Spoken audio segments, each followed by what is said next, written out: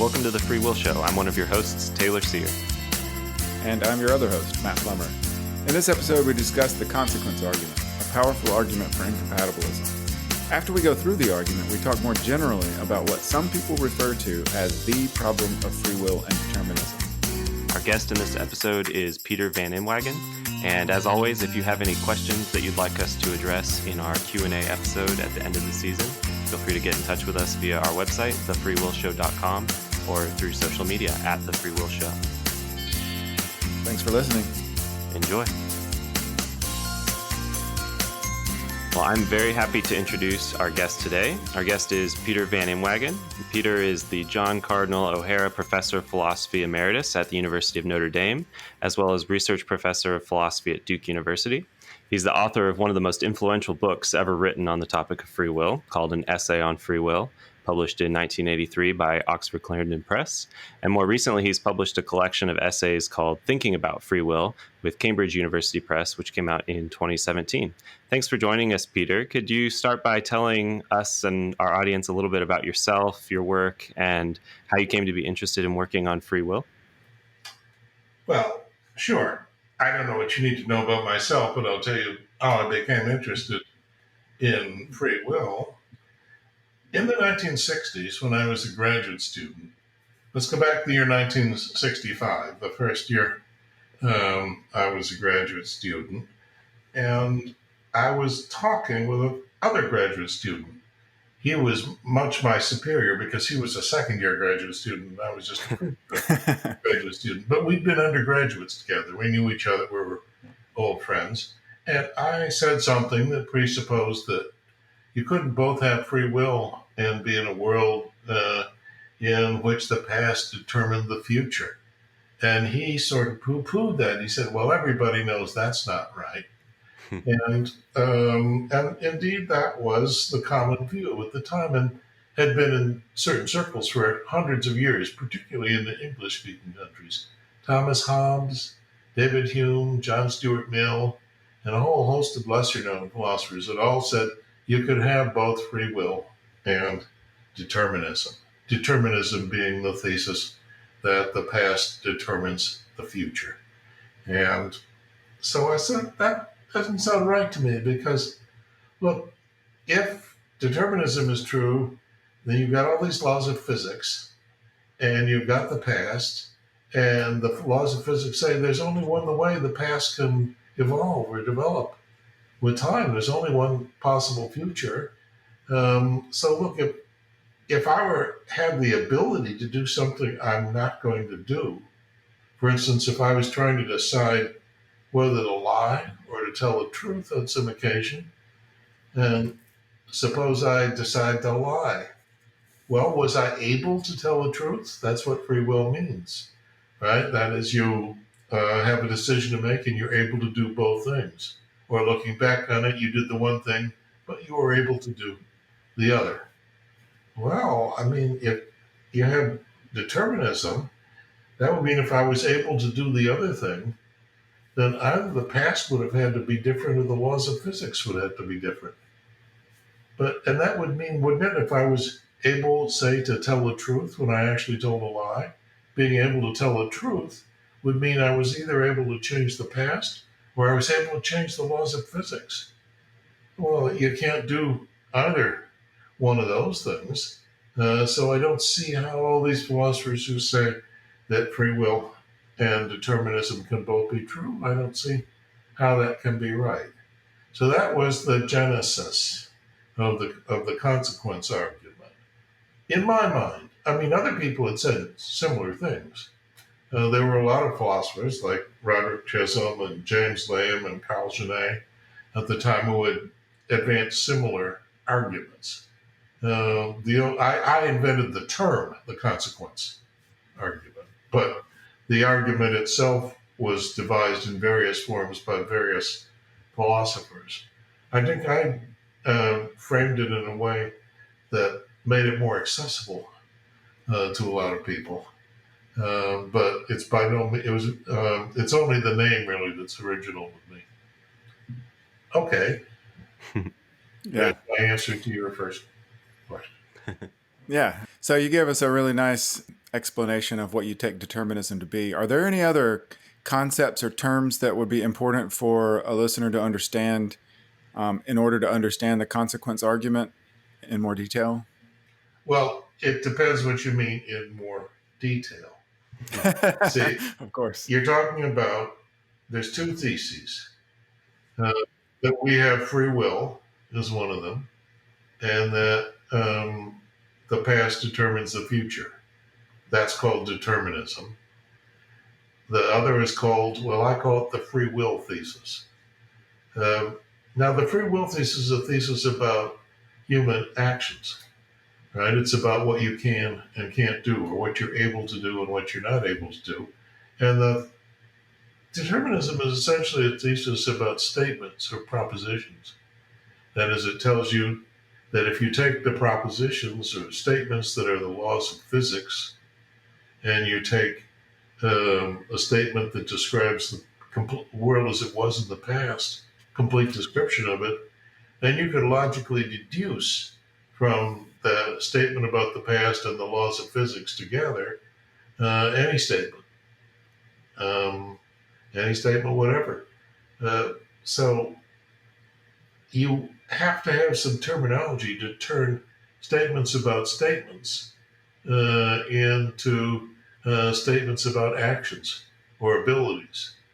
In one place, I chose, for example, a piece of terminology which was the ability to render a proposition false. So that describes abilities in terms of propositions. So you might say, for example, and we're just concerned with the ability to render true propositions false.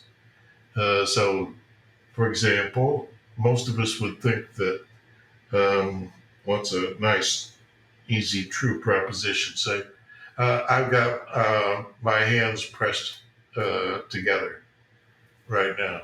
So that's a true statement that my hands are pressed together, but I can make it false, or so I think anyway. On the other hand, if you say the statement that the moon is spherical, that doesn't seem to be a state. That's a true statement that I don't have any ability to render false. So one thing that you might need to appreciate the consequence argument is some such piece of terminology as the ability to render a true proposition or statement false. Is that the sort of thing you had in mind? Yeah, that is. Mm-hmm. Are there any other descriptions of things like that that we need to understand before we can? Let's suppose not. Okay. Yeah, we could always explain them as we go, I suppose. I think that's if any difficulties turn up, well, let's deal with them when they turn up. Thanks. So you gave a great sort of rough pass gloss of the consequence argument already. Would you like to give a slightly more technical or formal version of the argument now? I can, although maybe just a different version of it. Okay. So look, you're trying to free will means when you're trying to decide between two courses of action, you can do both of them. Not that you can do each of them. You know, if you're trying to, or let's say maybe it's better to choose the opposite pair of words. You can do each of them. Lying, telling the truth on a given occasion, yeah, you can do each one, but not both. You can't both lie and tell the truth about the same statement.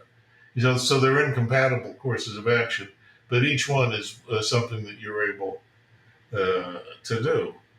Well, suppose you did the one. Let's say that this time I'll pick you tell the truth. And then what would the world have been like if you had lied? That is, imagine yourself in a different time stream, just diverged from actuality a minute ago. But in that one you lied. Well, look back at the past from yourself in that other time stream. Either, if determinism is true, then either you're now in a time stream where the past was different from what it was before you made your decision, or the laws of nature are different. And if you say that free will is compatible with determinism, according to the consequence argument, you're saying I could have got myself into that different path in the world where there are actually the laws of nature are different, or else the past was different. I've always liked a statement by my friend Carl Genet to the effect that our freedom has to be freedom to add to the given past. So at any given time, whatever the future is going to be, no matter what you do, the past is going to be just as it was. So if you can get into a world or a future in which either the past or the laws of nature are different, it's going to have to be a future in which the laws of nature are different, right? And golly, even I don't know if any of you would remember an episode of Star Trek: The Next Generation where Q has lost his powers, but he's advising the crew of the Enterprise on how to do something, and they ask him what to do, and he's, well, all you have to do is change the universal gravitational constant. uh, how do you expect us to do that?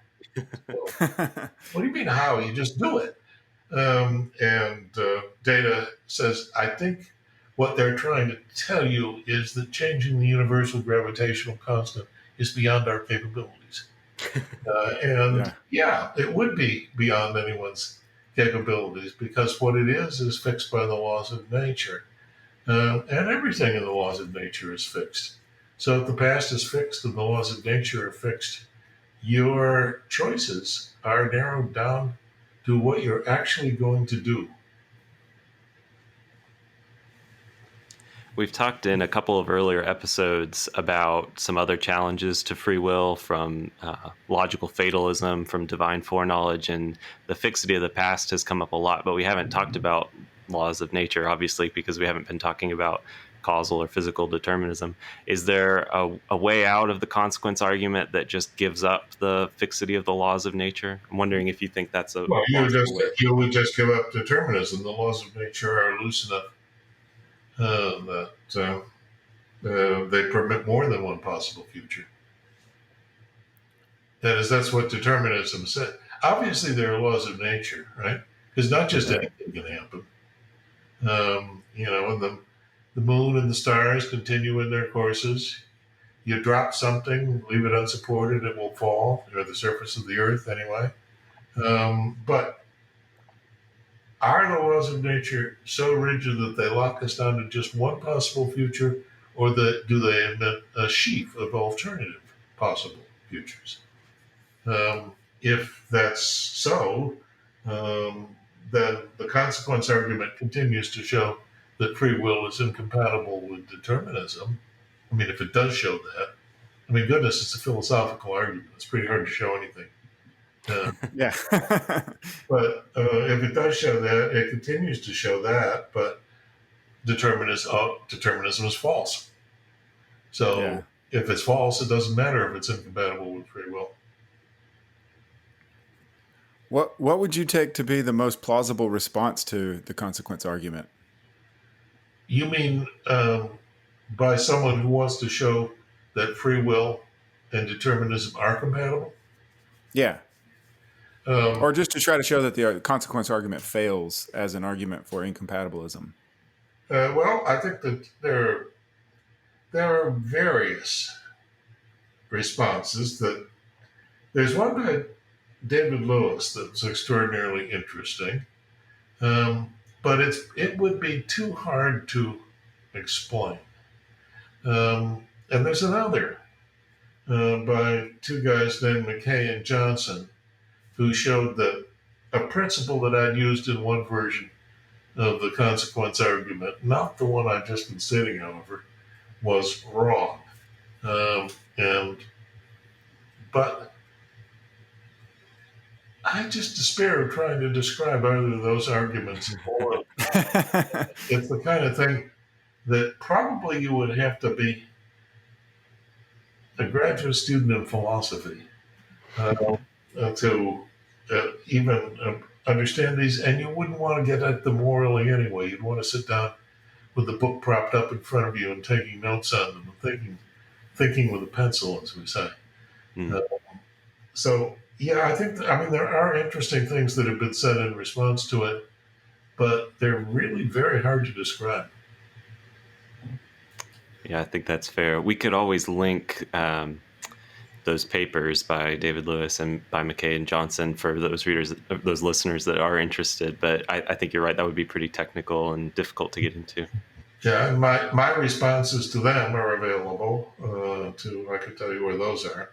But, philosophy is just argument without end. You know, there are there's some knockdown philosophical arguments for some negative conclusions. Maybe say that knowledge isn't just justified through belief, or that formalism isn't the right philosophy of mathematics. But um, I don't know of any philosophical argument for any positive conclusion that has convinced every philosopher who's capable of understanding and appreciating it. Hmm. It's an interesting question why philosophy should be that way, but it is. Yeah. Thanks. That's very interesting, Peter. In your more recent work, you've talked a little bit about how the term free will gets used or maybe misused, but you still think there is this problem of free will, if we can call it that. There's this problem, you've called it in at least one place, the culpability problem. Is there anything you'd want to say about your more recent work on the problem of free will? Well, my recent work on the problem of free will uh, is pretty reactive. It's not my central area of philosophical research anymore. If I write something about it or I think about it, it's usually because somebody has asked me to. The way you guys are asking me on this podcast today, or um, uh, but I've become very disenchanted with the way that the people who will write about the problem, the sort of people who regard themselves as specialists in it today, approach the problem. Um, they seem to me to be the victims of something I call verbal essentialism. That is, they attach inordinate attention to certain words and phrases. And to start with, there's the phrase free will itself. They seem to think that this phrase has some deep meaning that they have to get at. Now, when I was beginning, we just took free will to be a technical term, a term of art. It just meant what we said it meant. And what we said it meant to have free will was that, if you had, looking at it from the future to the past direction, if you did something, you were able to do something else, some alternative action. Or looking at it in the past to future direction, if you're contemplating two future courses of action, it could be that you're able, inconsistent courses of action, you're able to do both of them. Oh no, that isn't a very deep idea of free will. There's more to it than that, say the people working on the free will problem today. And that makes no sense to me. I mean, you can mean free will is a philosopher's term of art. You can mean anything by it you like as long as you're clear what you mean. But the problem that I had called the problem of free will, there doesn't seem to be anything much that these people are saying that's even relevant to that problem. And that was the only problem that interested me. And the problem of free will was this. We had the consequence argument, right? It's supposed to show that free will is incompatible with determinism. Well and good. But there are arguments that purport to show that free will is incompatible with indeterminism. Right? Or not exactly with indeterminism, because of course it wouldn't make any difference to our free will if there was an undetermined electron somewhere in interstellar space. But if our own actions are determined, by the past. That's incompatible with free will, the consequence argument says. But suppose our own actions are undetermined. So suppose you made an important decision, and it was, as the people, as incompatibilists believe, if it was free, it must have been undetermined. Well, wait, though, suppose it was undetermined. That means it might just have gone the other way. If you, here's an argument called the replay argument. You imagine God moving the world back the way it just was before, an instant before you made that supposedly free decision, and then let things go forward once more. Well, gosh, if it was undetermined, it might have gone the other way. And if he did it 1,000 times, sometimes it'd go one way, sometimes it'd go the other. It looks like it's just a matter of chance what you did on that occasion. And that's what indeterminism looks like to a lot of people. Hmm. And they say, well, then you couldn't have any control over your actions. And that means you can't, if you're trying to decide whether to lie or tell the truth, and it's just a matter of chance, whether you lie or tell the truth, then you can't lie. You're not able to lie and you're not able to tell the truth.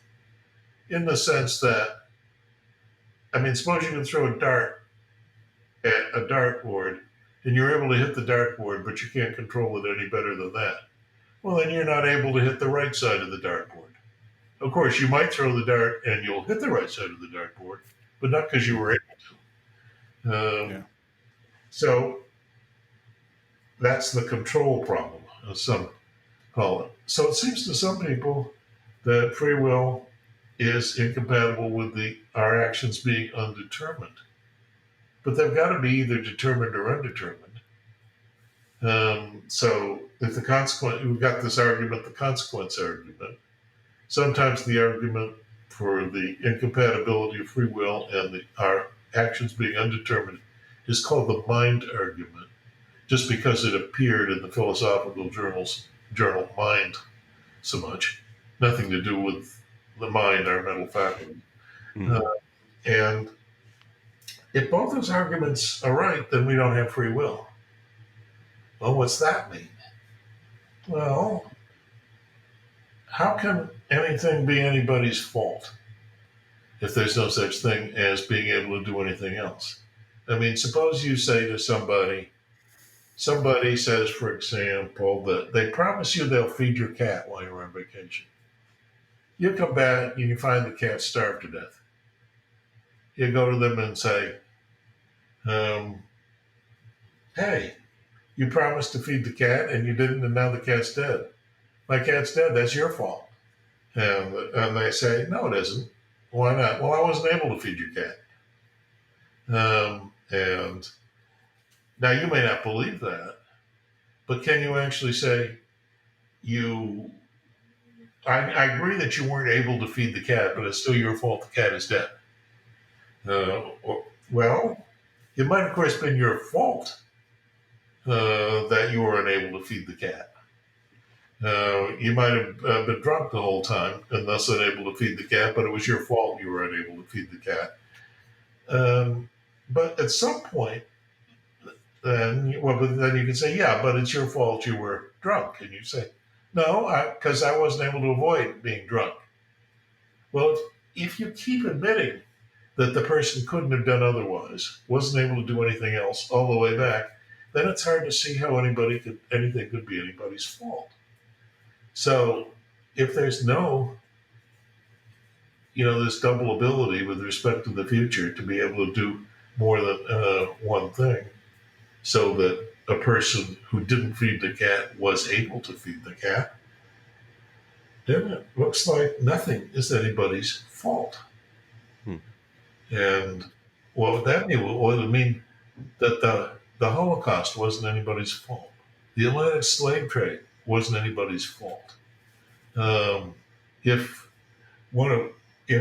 a senior member of a department of a philosophy department, say, is jealous of the work of a young member of the department and arranges matters just so that they won't get tenure by, say, spreading false rumors about him with the higher administration and the guy doesn't get tenure. That's not anybody's fault. Right? Well, it's very hard to believe that. Something's wrong somewhere in this argument. Yeah. And probably it's either that the consequence argument has a mistake in it, or that mind argument has a mistake in it, or there's something wrong with that argument for the conclusion you have to have been able to do something else for something to be somebody's fault.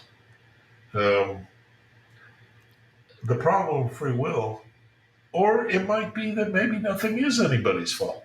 Maybe the conclusion is right. But that just seems wrong. And it's hard to see what the faults in the other arguments are. So I would say the problem of free will is the problem of either finding the fault in the other arguments or explaining how it can be contrary to everything that seems right and holy to us, that nothing is anybody's fault. That problem is the problem I used to call the problem of free will. Well, they don't want to call the problem of free will that problem anymore. But I don't care what it's called, though. That's why I adopted the term the culpability. It's still the problem that interests me, whether you describe it in terms of the words free will or not. That's certainly, and it's too hard for me. I've given up on it. I mean, I'm inclined to think there's something wrong with the mind argument, but I'm absolutely clueless as to what it is. It looks pretty good to me. Other philosophers, one philosopher who sort of agrees with me about this, well, linguist philosopher, is Noam Chomsky. He goes the other way. He thinks there has to be something wrong with the consequence argument, but I don't see what it is. And I think it's kind of like this. If you look at the history of philosophy, you would see go back to Zeno and his arguments about motion. My favorite one of those arguments is the so-called arrow argument. Well, actually, nobody knows what the arrow argument is because we only know it through description of Aristotle's, and it's very hard to understand what problem Aristotle was talking about. But it might be something like this. Look at a photograph of an arrow in flight, or since the ancient Greeks didn't have photographs, you could think of them as looking at a painting of an arrow in flight. Well, just look at it, just hanging there in the air, right, motionless. That shows the arrow as it was at an instant. So every instant, the arrow isn't moving. But if something has a property at every instant, then it always has that property. That's what it is, always to have a property. So the arrow is always motionless. But if anything moves, arrows in flight move. So nothing moves. Well, I don't think any ancient Greek was in a position to find out what was wrong with that argument. But I think today we do know what's wrong with that argument because we have conceptual resources the ancient Greeks didn't have.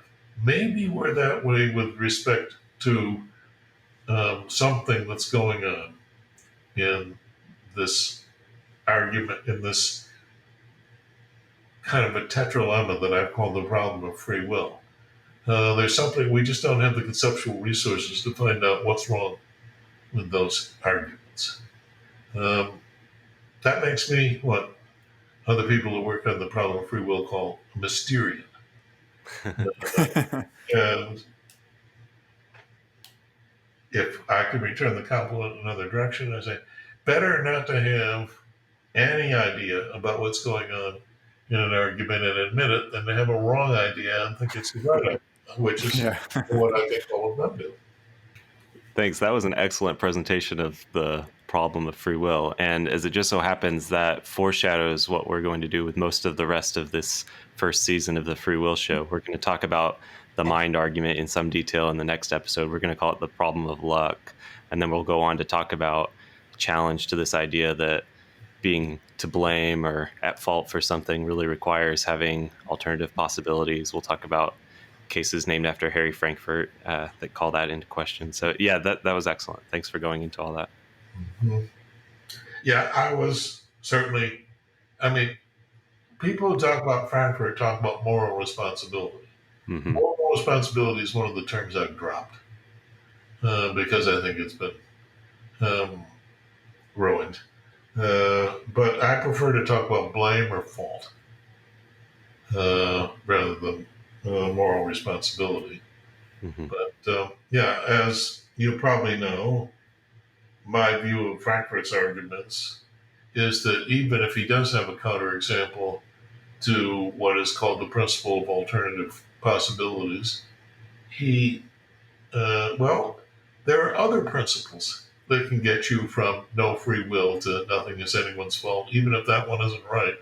And that Mm-hmm. the Frankfurt style examples don't work against the other principles. Thank you, Peter, for this discussion. It was very interesting and very clear. If listeners are interested in reading some more of your work, where would you direct them to go? To the site maintained by Andrew Bailey, but I think you can find it just by Googling my last name. It Okay. should come up in one of the top couple of hits in any search engine. And it's got almost all my papers in it, I think. And they're divided up by section. So there's just one section that has papers on free will from the mid 70s to pretty recently, I guess. All right. Yeah. We'll make sure to post a link to that Andrew Bailey's website in the show notes as well. Yeah, thanks again, Peter. This was awesome. As I mentioned, in our next episode, we're going to talk about the problem of luck. It's often raised as a challenge to incompatibilist views of free will or libertarian views of free will. And our guest for that episode will be Alfred Neely, the William H. and Lucille T. Workmeister Professor of Philosophy at Florida State University. So stay tuned for that. Oh, say hello to Al. All right. We will. Yeah,